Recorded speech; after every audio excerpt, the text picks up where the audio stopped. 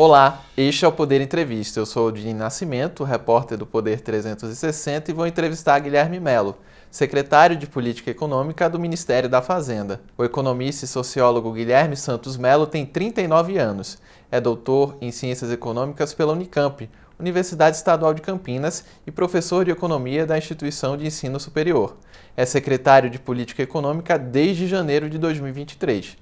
Guilherme Mello, obrigado por ter aceitado o convite. Obrigado, Dini. Agradeço o convite do Poder 360. Prazer estar aqui com vocês. Agradeço também a todos os web espectadores que assistem a este programa. Essa entrevista está sendo gravada no estúdio do Poder 360 em Brasília, em 3 de maio de 2023. Para ficar sempre bem informado, inscreva-se no canal do Poder 360, ative as notificações e não perca nenhuma informação relevante. Secretário, eu começo essa entrevista perguntando sobre a nova regra fiscal, que depende da alta da receita primária para assegurar o crescimento das despesas. Não há clareza sobre o corte de gastos. Como a Fazenda pretende equilibrar as contas públicas dessa forma? Bom, em primeiro lugar, que o arcabouço fiscal tem uma matemática muito simples. Hoje o país se encontra em déficit primário, ou seja, ele gasta mais do que arrecada, não considerando a despesa com juros. Para você reverter essa situação e chegar em uma situação de superávit primário, que é o que nós precisamos para estabilizar a trajetória da dívida pública, é necessário que as receitas cresçam num ritmo maior do que as despesas.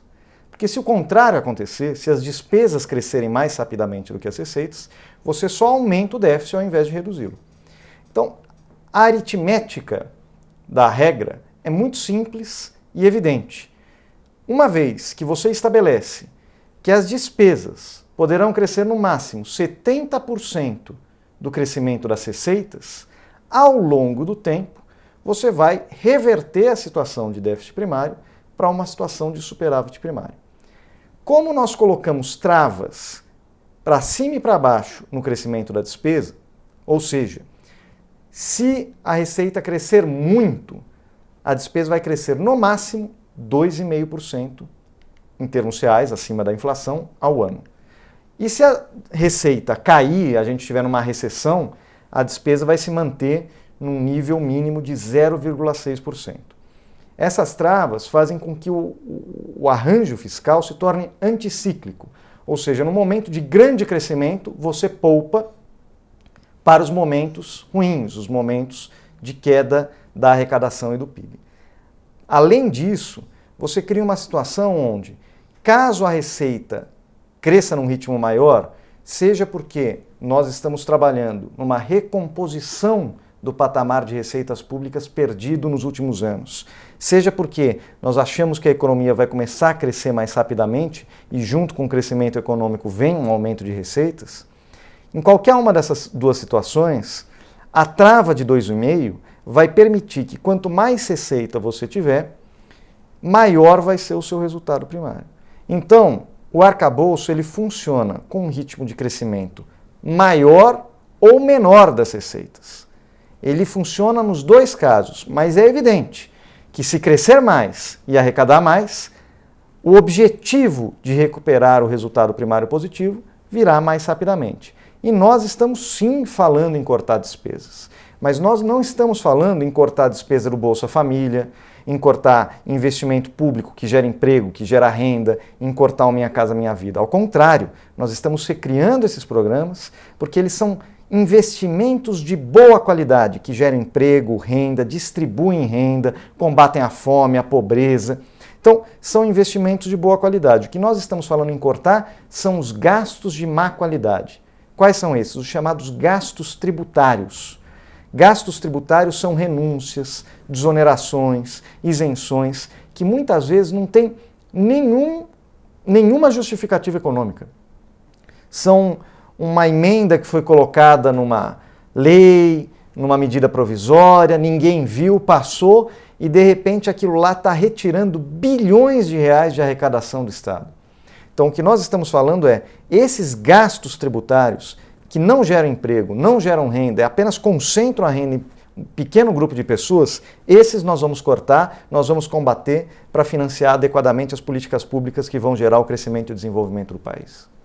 E o governo já tem uma estimativa de quanto deve cortar em relação a renúncias fiscais? Nós, no dia 12 de janeiro, pouco mais de uma semana depois de ter assumido o Ministério da Fazenda, o ministro Fernando Haddad e o secretário do Tesouro, Rogério Seron, anunciaram um conjunto de medidas para recuperar o nível de receita pública que havia ocorrido não há 10 anos atrás, há 5 anos atrás, no ano passado. No ano passado, a arrecadação pública girou em torno de 19% do PIB no nível federal. Nesse ano, a previsão era cair para casa de 17%.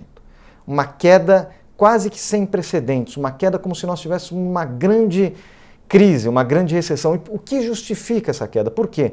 Em grande medida por causa desse conjunto do que eu estou chamando de sorvedouros de recursos públicos. Quer dizer, é um buraco sem fundo que você tira recursos do Estado, ele não é capaz de financiar adequadamente as políticas públicas e esses recursos retirados do Estado não geram emprego e não geram renda. Então, no dia 12 já foram anunciados um conjunto de medidas para reverter esse cenário e para que a gente saísse do déficit esperado na lei orçamentária de 2,1% do PIB para um déficit máximo de 1% do PIB, ou seja, a gente estava cortando o déficit pela metade, mas nós estamos indo além. Um conjunto de outras medidas tem sido anunciadas nas últimas semanas, inclusive uma delas que foi fruto de uma vitória na justiça agora que o governo teve, que é a questão da subvenção do ICMS, que abatia a base de cálculo dos tributos federais. Nós conseguimos reverter isso na justiça e só essa medida pode gerar dezenas, se bobear, uma centena de bilhões de reais de arrecadação que estava sendo perdido sem nenhuma justificativa econômica. Então, esses recursos que estavam sendo perdidos sem motivo vão ser recuperados. Nós vamos voltar para o patamar de arrecadação que nós tivemos não só no ano passado, mas nos anos anteriores, em torno de 19% do PIB, e com isso nós já seremos capazes de zerar e até conseguimos um pequeno superávit primário. E a partir daí, com maior crescimento da economia, maior formalização do emprego, nós vamos recuperar e pretendemos chegar ao final do governo com um superávit de 1% do PIB, que é um superávit próximo daquele que estabiliza a dívida pública. E sobre essa decisão no STJ, quanto que de fato o governo espera arrecadar? 47 bilhões, 90 bilhões? Porque tem várias possibilidades. Você sabe que a Receita Federal sempre é muito conservadora nas estimativas dela, mas mesmo assim nós achamos que é possível uma arrecadação mais próxima dos 80, 90 bilhões e que isso certamente vai colaborar com o esforço que nós estamos fazendo de recuperar a solidez, a sustentabilidade das finanças públicas. Repito, nós vamos recuperar o equilíbrio orçamentário e a sustentabilidade das finanças públicas, nós vamos estabilizar a dívida pública, mas sem com isso prejudicar o mais pobre. É o que o presidente Lula sempre fala, é colocar o pobre no orçamento e o rico para pagar imposto, que ele deveria estar pagando. Não é um novo imposto, não é um aumento de alíquota, é simplesmente aqueles muito ricos, os extremamente ricos, que muitas vezes conseguiram algum benefício tributário injustificado, serem corretamente tributados, pagarem a sua parte justa no esforço fiscal e com isso nós vamos recuperar as finanças públicas e criar um cenário de maior potencial de crescimento, juros mais baixos, estabilidade macroeconômica que não vai nos permitir crescer mais rapidamente. Ainda sobre a nova regra fiscal, alguns congressistas têm criticado o projeto por não considerar infração o descumprimento de metas e falam em alterar esse ponto da nova regra fiscal. Como o senhor avalia essa possibilidade? Veja, o que nós fizemos não foi extinguir uma punição. Ao contrário, o que nós fizemos foi substituir uma sanção criminal que existia anteriormente e que não funcionava por uma sanção econômica e política. Na lei de responsabilidade fiscal, você tinha uma meta E caso você não cumprisse essa meta, isso configurava crime. Então o que os governos faziam? Eles estabeleciam metas frouxas, metas fáceis de serem cumpridas. Caso contrário, ele estaria se colocando numa situação arriscada. E mesmo nos momentos que, por algum motivo, o governo percebia que ele teria alguma dificuldade em cumprir a meta, o que ele fazia? Ele ia ao Congresso e alterava a meta. Então, essa punição criminal, na verdade, não produzia o efeito correto, o efeito desejado, que era conseguir metas ousadas de resultado primário, factíveis, ousadas e, ao mesmo tempo, que colocassem o governo numa trajetória de se esforçar mais para cumpri-las. Se ele sabe que ele vai poder mudar no Congresso, isso é uma coisa que automaticamente complica o sistema de punição. O que nós estamos fazendo agora é substituir por um incentivo político no nosso arranjo. Caso o governo não cumpra a meta de resultado primário que ele estabeleceu para si mesmo, o presidente da República terá que escrever uma carta ao Congresso Nacional explicando os motivos do não cumprimento e também explicando as ações que vai adotar para retomar a trajetória prevista inicialmente. E isso aqui é muito importante, primeiro, porque é algo muito similar e foi inspirado no que hoje existe no regime de metas de inflação.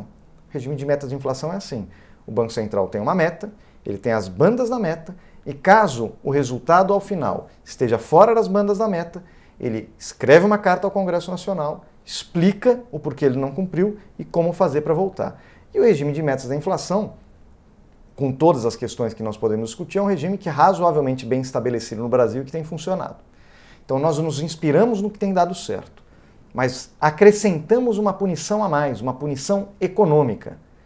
Caso não se cumpra a meta de resultado primário, na verdade, os limites superiores e inferiores à meta, você terá que, caso fique abaixo do limite inferior, você terá um crescimento menor da despesa no ano seguinte. Ou seja, o governo, ao invés de gastar 70% do crescimento da receita, vai poder gastar apenas 50% do crescimento da receita. E isso é importante porque todo governo quer um espaço maior para promover os seus planos, os seus programas. Então você está dando uma punição econômica. Caso você não cumpra, você terá que reduzir o crescimento do gasto e com isso não poderá fazer todos os programas, todas as políticas que você desejaria. Essa punição econômica, ela é muito mais eficaz, é muito mais efetiva do que a punição criminal, que, como eu disse, ensejava metas frouxas, metas que fáceis de serem cumpridas e que não colocavam o país necessariamente numa trajetória de sustentabilidade. Agora não, nós temos metas ousadas. Todo mundo que está olhando o nosso arcabouço fala as metas de resultado primário que a Fazenda estabeleceu são ousadas, e são mesmo. E o que permitiu nós termos metas ousadas foi exatamente a reconstituição do sistema de incentivos e punições alinhado com o que se faz no resto do mundo. Nenhum outro país do mundo relevante criminaliza a política fiscal. O que eles fazem?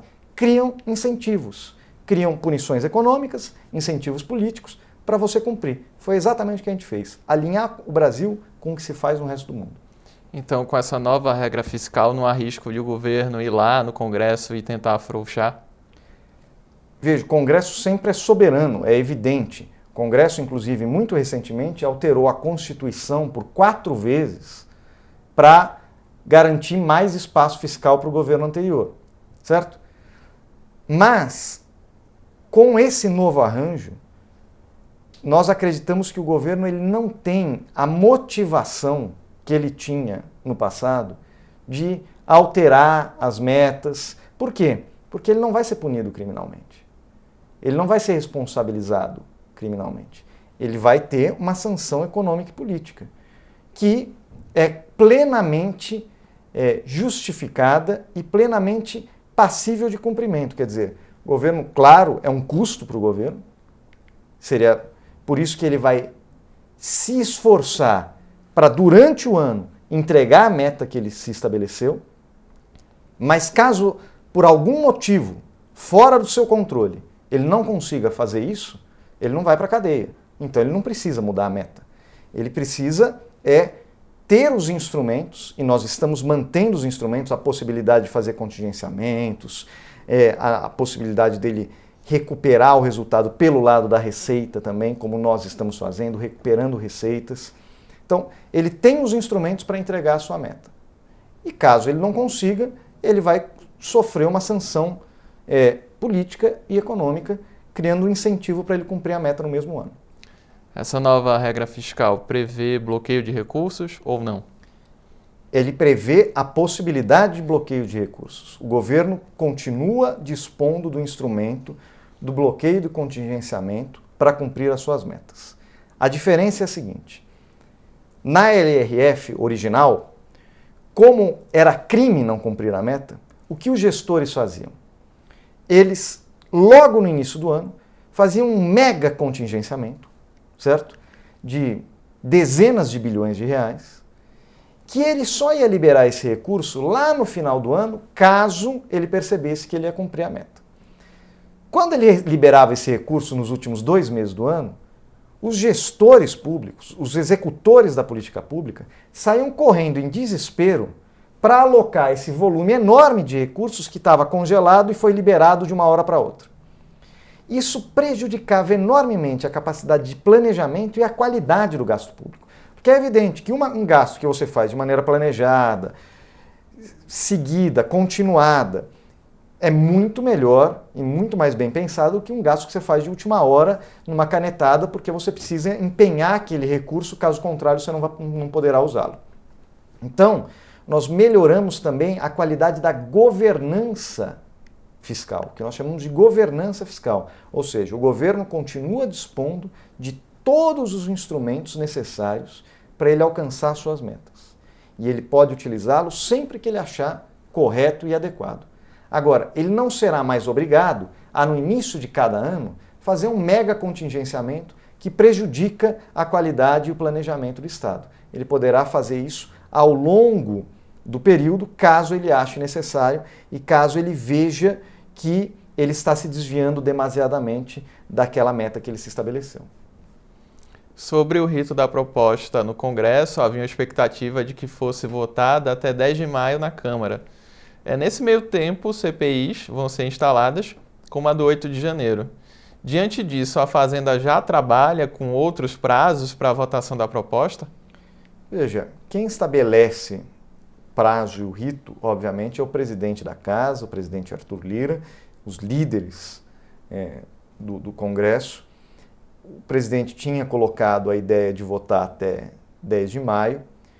Eu acho que seria bom nós temos um rito veloz, mas não há nenhum problema também caso algum ajuste precise ser feito e você tenha que discutir novamente esses prazos. Isso é uma discussão que o Congresso vai travar, qual o momento adequado para a votação. Quando o projeto estiver maduro, bem discutido, ele certamente vai à votação.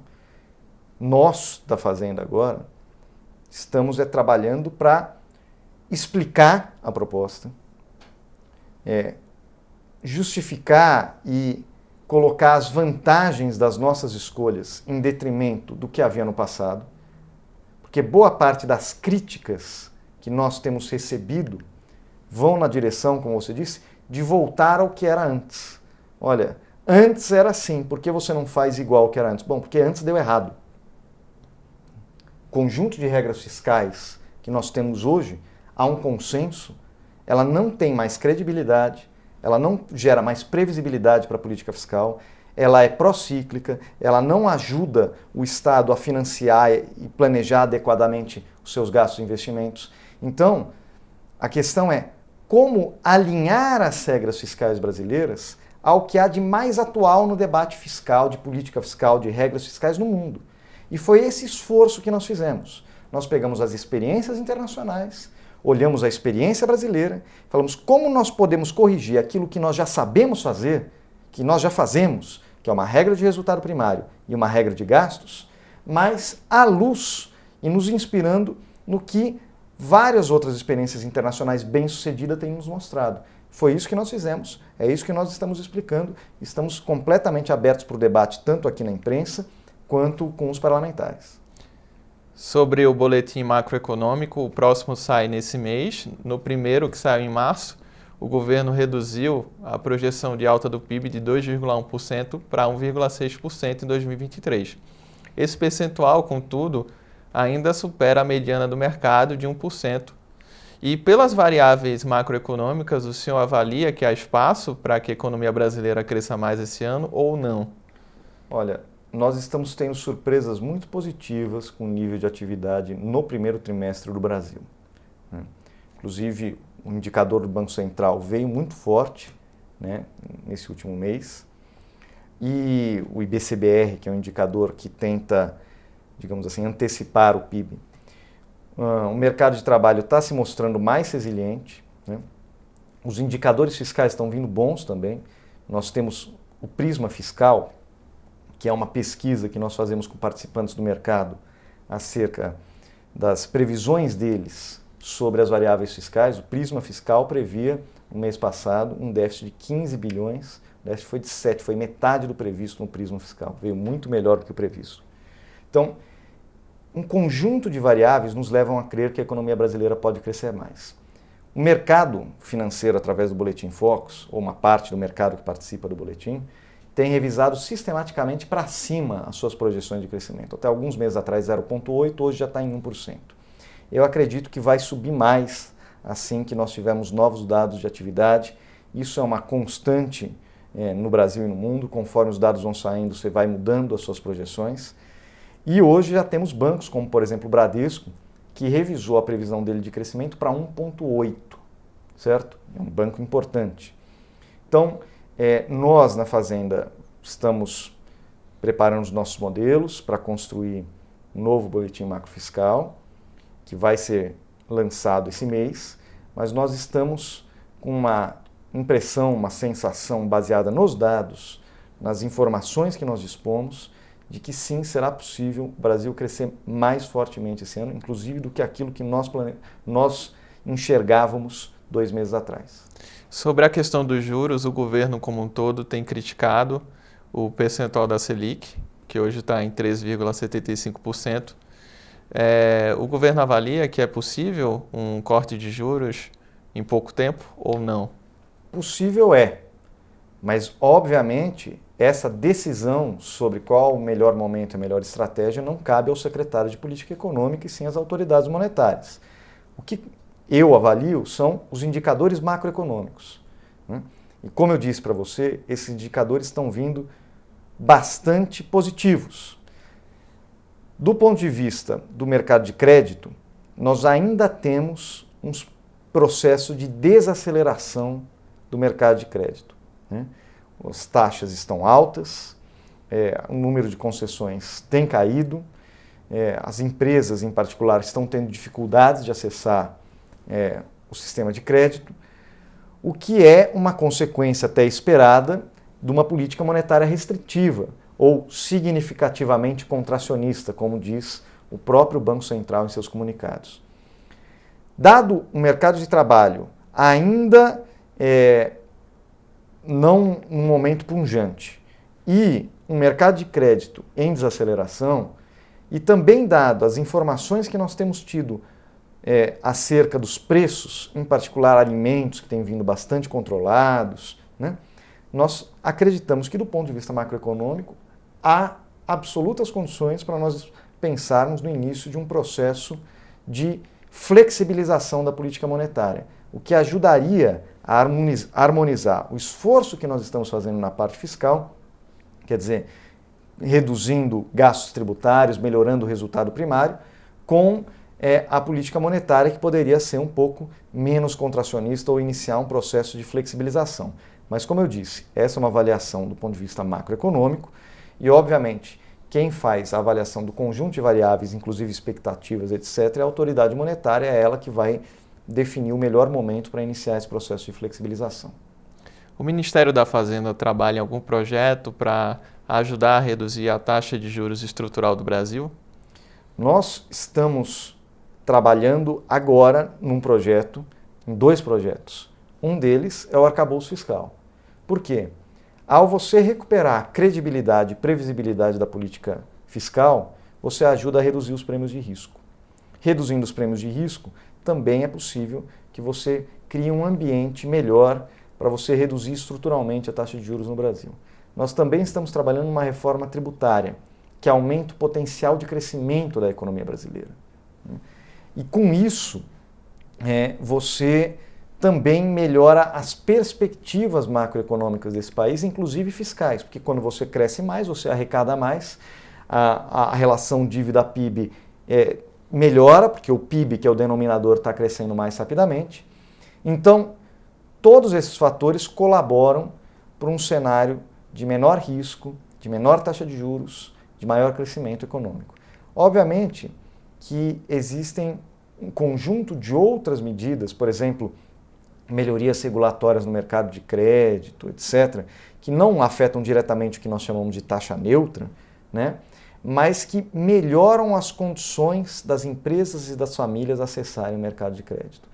Então, do ponto de vista do mercado de crédito, tanto todas as medidas que foram anunciadas recentemente pelo secretário Marcos Pinto, o secretário de Reformas Econômicas, medidas regulatórias importantes que vão aumentar a concorrência, que vão melhorar, desburocratizar o sistema de crédito, que vão melhorar a qualidade da informação no mercado de crédito, com isso possibilitar a oferta de crédito mais barato, quanto o programa Desenrola, que nós estamos prestes a anunciar, que vai renegociar a dívida de milhões de famílias brasileiras que hoje estão negativadas. Isso vai ajudar as famílias que vão voltar para o mercado de crédito, mas vai ajudar também as empresas, que vão receber recursos que elas não esperavam mais, porque já estão com uma dívida há muito tempo, e que nesse momento de dificuldade de acessar crédito vai ajudar as empresas no seu fluxo de caixa e a melhorar o seu desempenho ao longo do ano.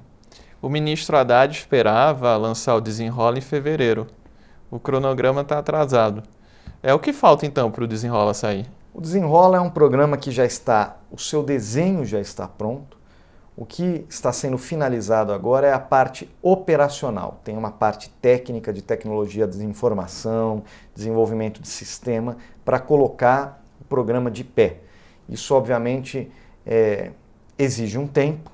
Nós, como todo governo, tem pressa, porque as pessoas precisam desse programa, e nós estamos fazendo o maior esforço para que ele saia o mais rapidamente possível e que suas diferentes etapas e fases comecem a mostrar os seus efeitos, porque nós acreditamos realmente que esse programa vai ser muito importante para os consumidores, para a família brasileira e, como eu disse, para as próprias empresas. Sobre gastos e privilégios tributários, a Unafisco tem uma estimativa de que, se o governo taxar as grandes fortunas, pode arrecadar 73,4 bilhões de reais. O governo já discute essa possibilidade ou vai deixar para um momento posterior? Veja, nesse primeiro momento, o secretário Bernardo Api, que é o secretário especial para a reforma tributária, um dos maiores especialistas em tributação no Brasil, que está hoje trabalhando no Ministério da Fazenda, ele está concentrado na discussão da reforma da tributação, que a gente chama de tributação indireta, ou tributação sobre o consumo, que é a maior parte da tributação no Brasil e que só pode ser mudado por emenda constitucional. Por isso, a estratégia de começar por ela. Uma mudança nessa tributação, ela não vai só garantir maior competitividade, maior produtividade para as nossas empresas, porque hoje, no nosso sistema atual, as empresas são taxadas nas suas exportações, nos seus investimentos. Muitas vezes elas são taxadas em cascata, ou seja, aquela alíquota que parece pequenininha no final das contas vira uma coisa muito grande. Ela não consegue aproveitar o que nós chamamos de crédito tributário, ou seja, é um sistema muito ruim, um dos piores do mundo de tributação sobre o consumo. Nós precisamos reformar isso. Isso já vai ter algum impacto distributivo, porque a previsão é que nós façamos a devolução do tributo para os mais pobres. No entanto, nós também estamos prevendo para o segundo semestre uma reforma sobre a tributação de renda. Hoje no Brasil a tributação de renda é muito pouco progressiva. A tributação sobre a renda, na verdade, ela só distribui renda até 30, 40 salários mínimos, tributação do imposto de renda à pessoa física. Depois disso, quanto mais você ganha, menos você paga. Ou seja, é uma tributação também injusta. Então, no segundo semestre, nós faremos a discussão da tributação sobre renda, e aí temas como tributação sobre estoques de riqueza, etc., podem aparecer, mas hoje a nossa concentração é muito maior no tema do consumo e da renda. Estamos chegando perto do final, só queria tocar num dos assuntos sobre compras eletrônicas. Houve muitas idas e vindas sobre o fim da isenção de itens de até $50 importados entre pessoas físicas, e o governo acabou desistindo dessa medida. Agora já se fala em um plano de conformidade para empresas asiáticas que atuam com vendas eletrônicas, e a tributação já viria no ato da compra. O senhor pode detalhar como isso funcionaria e quando essa ação entra em vigor? Olha, eu acredito que a gente encontrou a melhor solução possível para esse tema. Por quê? Em primeiro lugar, porque nós colocamos o tema sob a luz do sol. Nós mostramos para a sociedade que havia um problema, havia uma distorção, que isso estava gerando perda de empregos aqui no Brasil, estava gerando um ambiente competitivo desigual, prejudicando as empresas que atuavam regularmente aqui no Brasil, que atuavam em conformidade com a legislação. E apenas ao trazer esse debate à luz do sol, nós encontramos uma solução positiva. E uma solução que talvez tenha sido até melhor do que acabar com a isenção de pessoa física para pessoa física até R$50 que existe hoje. A solução que nós encontramos é trazer as empresas que não estavam seguindo os padrões de conformidade da nossa legislação para segui-los e construir um sistema de tributação que vai ser justo para todos. A mercadoria, assim que sai do país de origem, ela já recolhe a tributação e, portanto, acaba com essa situação de diferença, de competição entre diferentes empresas. Então, eu acho que a solução foi uma solução inteligente, foi uma solução positiva e que vai gerar empregos no Brasil, porque a empresa que aceitou aderir a esse protocolo de conformidade já disse que vai trazer centenas, dezenas de milhares de empregos para o Brasil e que vai passar a operar nacionalmente. Ou seja, foi bom para todos, em particular para os trabalhadores brasileiros. O governo tinha uma estimativa de arrecadar até R$8 bilhões com o fim da isenção.